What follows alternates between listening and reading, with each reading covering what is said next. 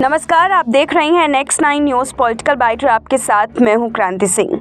राष्ट्रीय कांग्रेस पार्टी में टूट की खबरों को पार्टी प्रमुख शरद पवार ने खारिज कर दिया है।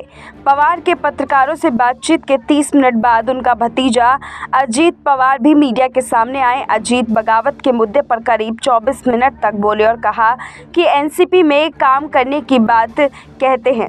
प्रेस कॉन्फ्रेंस में अजीत ने कहा कि मैं एनसीपी को मजबूत करने के लिए काम करता हूं। मीडिया ने फेक खबर फैलाई है।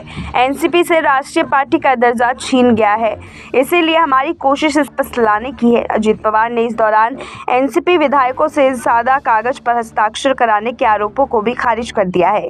30 से 35 विधायकों को तोड़कर बीजेपी में शामिल होने की चर्चा से बैकफुट पर आए अजीत पवार ने कहा कि संजय राउत पर भी निशाना साधा। अजीत ने कहा कि कोई बाहरी लोग एनसीपी को लेकर बयान जारी नहीं कर सकता। एनसीपी के पास अपना नेता और प्रवक्ता है। उन्होंने कहा कि एनसीपी शरद पवार की पार्टी है और उनके साथ सभी लोग मजबूती से खड़े हैं। अजीत पवार महाराष्ट्र के पूर्व डिप्टी सीएम रहे हैं। वर्तमान में एनसीपी विधायक दल के नेता और विधानसभा में नेता प्रतिपक्ष भी हैं। यहाँ पर चलिए हम आपको ये भी बता देते हैं कि अजीत पवार के एनसीपी छोड़ने की अटकलें क्यों थी। सबसे पहली बात कि अजीत पवार पिछले दिनों अपने एक बयान से खूब सियासी सुर्खियां बटोर चुके हैं। प्रधानमंत्री के डिग्री विवाद पर होने कहा था कि नरेंद्र मोदी के अपने जलवे हैं, उनके जनता ने डिग्री देख करके उन्हें नहीं चुना है। बयान पर सियासी घमासान थमा नहीं था कि अजीत पवार महाराष्ट्र के डिप्टी सीएम देवेंद्र फडणवीस से भी मिलाए। अजीत पवार ने इस मुलाकात को भले किसानों के लिए बताया, लेकिन सियासी गलियारों में इसके अलग मायने निकाले गए हैं।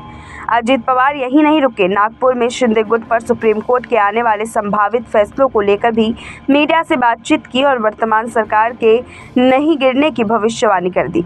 उन्होंने कहा कि शिंदे के पक्ष में फैसला नहीं भी आता है तो महाराष्ट्र की सरकार नहीं गिरेगी। वहीं दूसरी बड़ी बात इस बीच में ये भी निकल करके आ रही है कि शरद पवार की बेटी सुप्रिया सुले ने जब पत्रकारों से सवाल पूछा तो उन्होंने कहा कि महाराष्ट्र में आगामी 15 दिनों में एक नहीं 2 सियासी विस्फोट हो सकते हैं। इसके अलावा बात करें तो देखिए, अंग्रेजी अखबार द न्यू इंडियन एक्सप्रेस ने मंगलवार को एनसीपी को लेकर एक रिपोर्ट प्रकाशित की थी। अखबार के मुताबिक अजीत पवार ने 40 विधायकों का हस्ताक्षर एक सादे कागज पर करवा लिए हैं।